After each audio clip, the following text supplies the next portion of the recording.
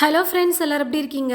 இன்றைக்கி நம்ம வீடியோவில் வெயிலுக்கு நல்லா சில்லுன்னு குடிக்கிறதுக்கு ரொம்பவே சூப்பராக 3 விதமான ஜூஸ் ரெசிபி எப்படி செய்கிறதுன்னு பார்க்கலாம். முலாம் பழத்தை எடுத்துக்கிட்டு இந்த மாதிரி 2ஆக கட் பண்ணிவிட்டு ஸ்பூன் வச்சு நீங்கள் அந்த விதைகளை மட்டும் எடுத்திங்கன்னா போதும், ரொம்ப ஈஸியாக வந்துடும். அதுக்கப்புறம் நம்ம ஸ்பூனில் இல்லை கத்தியில் கூட தோல் பகுதி இல்லாமல் வெறும் சதையை மட்டும் நம்ம கட் பண்ணி எடுக்க முடியும். ரொம்பவே ஈஸியாக இருக்கும். ஸ்பூனில் எடுக்கிறதே ரொம்ப ஈஸியாக இருக்கும். 1 கப் அளவுக்கு நான் முலாம்பழத்தை சேர்த்துக்கிறேன். முலாம்பழமே ரொம்ப ஸ்வீட்டாக இருந்தால் நீங்கள் சர்க்கரை சேர்க்காம கூட நீங்கள் வெறும் ஐஸ் க்யூப் மட்டும் சேர்த்து நல்லா மிக்சியில் அரைச்சி நீங்கள் ஜூஸ் சர்வ் பண்ணிக்கலாம். ரொம்ப ஸ்வீட்டாக இருந்தால் பிடிக்கும் ஜூஸ் அப்படின்னு நினச்சிங்கன்னா எக்ஸ்ட்ரா 1 ஸ்பூன் இல்லை 2 ஸ்பூன் அளவுக்கு சர்க்கரையை நீங்கள் சேர்த்துக்கலாம். சர்க்கரைக்கு பதிலாக தேன், நாட்டு சர்க்கரை, பனங்கற்கண்டு இது கூட சேர்த்துக்கலாம். 3 ஐஸ் க்யூப் சேர்த்துட்டு நல்லா நைஸாக அரைச்சி எடுத்துக்கலாம். மிக்சியில் நல்லா ஜூஸ் அரைச்சாச்சு. இப்போ நம்ம கிளாஸில் சர்வ் பண்ணிக்கலாம். தண்ணி எதுவும் சேர்க்காமல் நான் வெறும் ஐஸ் க்யூப் மட்டுமே சேர்த்துக்கிறேன். நல்லா நைஸாக நம்ம அரைச்சி எடுத்ததுனால வடிகட்ட வேண்டியதில்லை, அப்படியே நம்ம கிளாஸில் சர்வ் பண்ணிக்கலாம். நல்லா சில்லுன்னு வெயிலுக்கு குடிக்க ரொம்பவே சூப்பராக முலாம்பழம் ஜூஸ் ரெடி பண்ணியாச்சு. ஒரு மிக்சி ஜார் எடுத்துக்கிட்டு இப்போ 1 கப் அளவுக்கு முலாம்பழம் சேர்த்துக்கிறேன்.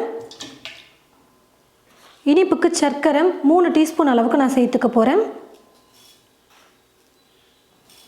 பால் பார்த்தீங்கன்னா 100 ml எடுத்து வச்சுருக்கேன், அதை சேர்த்துக்கிறேன். நான் பார்த்தீங்கன்னா பாலை காய வச்சுட்டு நல்லா சூடாறினதும் ஃப்ரிட்ஜில் வச்சு எடுத்து நல்லா கூலிங்காக இப்போ நான் சேர்த்துருக்கேன். இப்போ எல்லாத்தையும் சேர்த்து நல்லா நைஸாக அரைச்சி எடுத்துக்கலாம். எல்லாத்தையும் சேர்த்து நல்லா நைஸாக அரைச்சி எடுத்தாச்சு. இப்போ கிளாஸில் சர்வ் பண்ணிக்கிறேன். கொஞ்சமாக ஐஸ் க்யூப் சேர்த்துக்கிறேன். இது ஆப்ஷனல் தான். பால் ஏற்கனவே சில்லுன்னு இருந்ததுனால ஐஸ் க்யூப் சேர்க்காமலே நம்ம சர்வ் பண்ணிக்கலாம். ரொம்பவே டேஸ்டியாக முலாம்பழம் மில்க் ஷேக்கும் ரெடி பண்ணியாச்சு.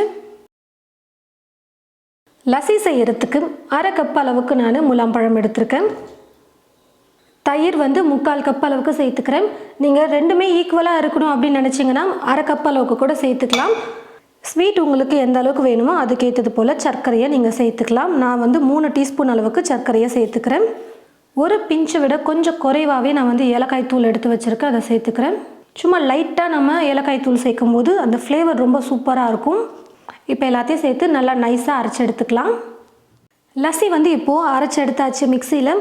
இப்போ ஒரு கிளாஸில் சர்வ் பண்ணிக்கிறேன். உங்களுக்கு எந்த கன்சிஸ்டன்சிக்கு வேணுமோ அதுக்கேற்றது போல் லஸ்ஸி தண்ணி கூட சேர்த்து நீங்கள் அரைச்சிக்கலாம். கூடவே கொஞ்சமாக முலாம்பழம் எடுத்து நல்லா பொடியாக கட் பண்ணி வச்சுருக்கேன், அதையும் சேர்த்துக்கிறேன். அதோடு சேர்த்து குடிக்கும்போது லஸ்ஸி ரொம்பவே சூப்பராக இருக்கும். ரொம்பவே டேஸ்டியாக முலாம்பழத்தை வச்சு நம்ம வெயிலுக்கு குடிக்கிறதுக்கு ரொம்பவே சூப்பரான 3 விதமான ட்ரிங்க்ஸ் நம்ம ரெடி பண்ணியிருக்கோம். ரொம்பவே டேஸ்டியாக முலாம்பழம் மில்க் ஷேக், முலாம்பழம் ஜூஸ், முலாம்பழம் லஸ்ஸி ரெடி பண்ணியிருக்கோம். கண்டிப்பாக எல்லாருக்கும் ரொம்ப பிடிக்கக்கூடிய வகையில் இந்த 3 விதமான ட்ரிங்க்ஸும் இருக்கும். நீங்கள் உங்களுடைய வீட்டில் இந்த வெயிலுக்கு முலாம்பழம் வாங்கிட்டு இது போல் ஜூஸ், மில்க் ஷேக், லஸ்ஸி போட்டு கொடுத்து பாருங்கள். ரொம்பவே விரும்பி குடிப்பாங்க. ட்ரை பண்ணி பார்த்துட்டு எப்படி இருக்குன்னு சொல்லிட்டு மறக்காமல் கமெண்ட் பாக்ஸில் கமெண்ட் பண்ணுங்கள். இந்த வீடியோவை மற்றவங்களுக்கும் ஷேர் பண்ணுங்கள். இது போல் நிறைய ரெசிபிஸ் பார்க்க தமிழ் ஃபுட் மசாலா சேனலை மறக்காமல் சப்ஸ்கிரைப் பண்ணிக்கோங்க. தேங்க்யூ.